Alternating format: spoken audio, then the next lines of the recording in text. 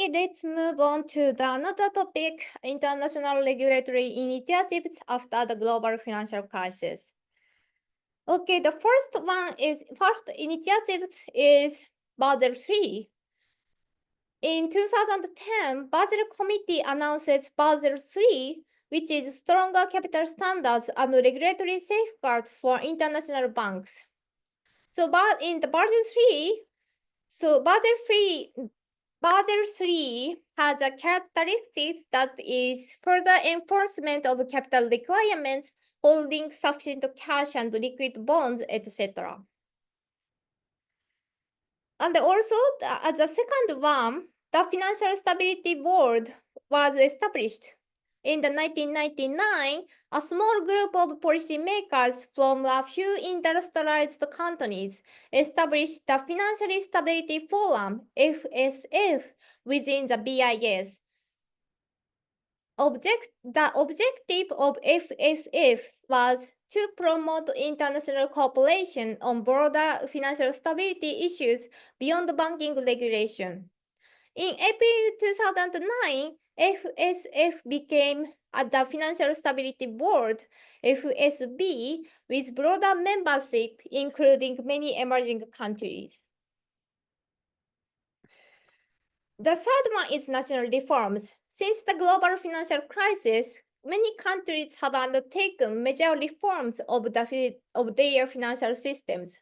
For example, in 2010, the Dodd-Frank Act by the U.S. Congress is in crack.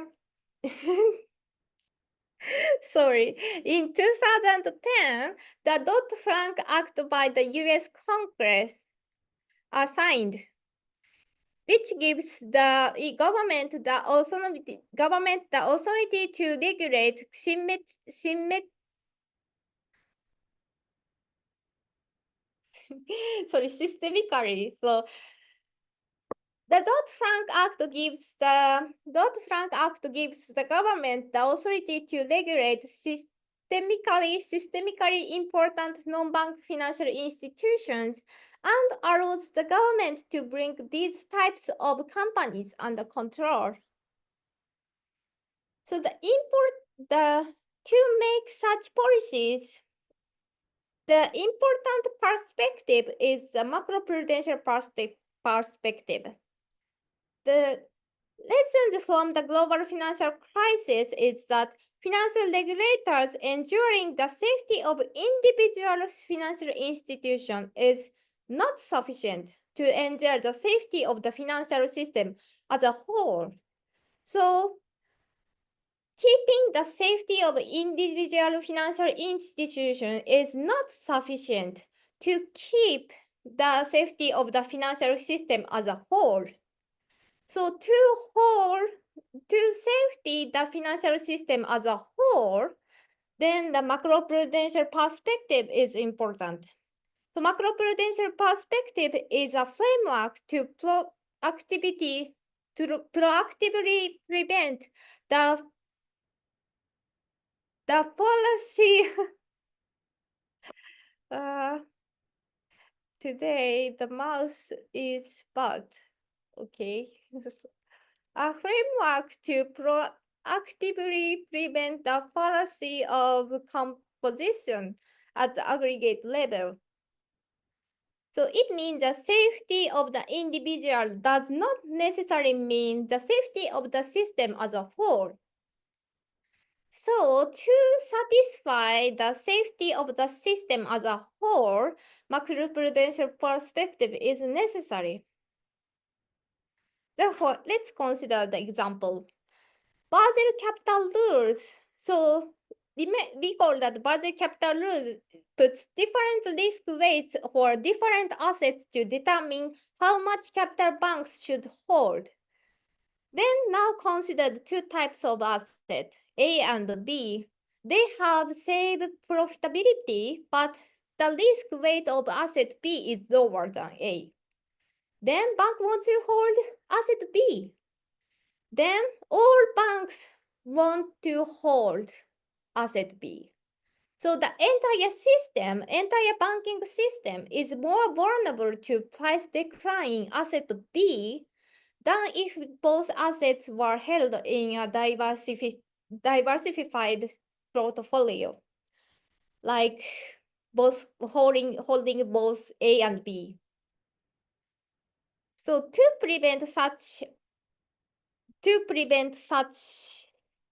situation, macroprudential policy is effective.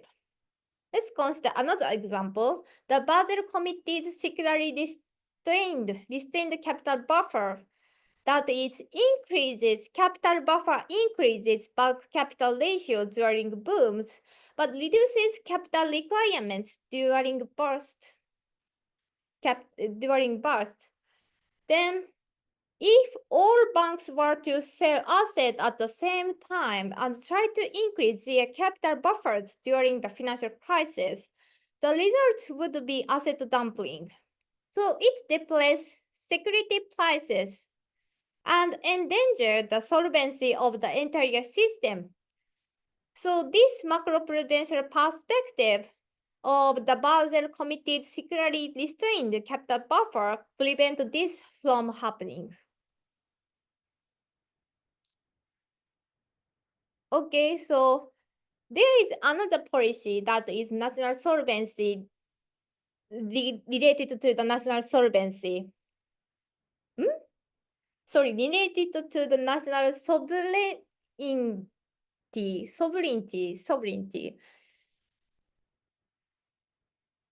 So governments sometimes don't like to impose financial regulations on banks because tighter regulation by financial regulators may put domestic financial institutions at a disadvantage compared to foreign competitors. So if governments regulate the financial company for example, in Japan, then Japanese financial institutions will be less profitable compared to the other countries' financial institutions. Then, therefore, Japanese government try to avoid impose such banking regulations or financial regulations to the financial institutions in Japan. So to avoid such situations, Basel mutual consultation process is effective. So Basel's multilateral consultation process tackles some of the financial dilemmas by promoting limited delegation of national sovereignty. No, national sovereignty over financial policy. So, do you remember the financial dilemma? So, financial dilemma is that we need to give up at least one thing from three: financial stability, freedom of capital movement, and national control of financial safety policies. Basel's multilateral consultation process ensures financial stability and freedom of capital movement, but partially giving up with national control of financial safety policies. Each government, so under the Basel's multilateral consultation process, each government does not need to take control of financial safety policies. So the governments only assigned to the Basel's multilateral consultation process. Then the government can get financial stability and freedom of capital movement by partially giving up with the national control of financial safety policies. Okay, finally, let's move on to the merits for international capital market performance in the next video.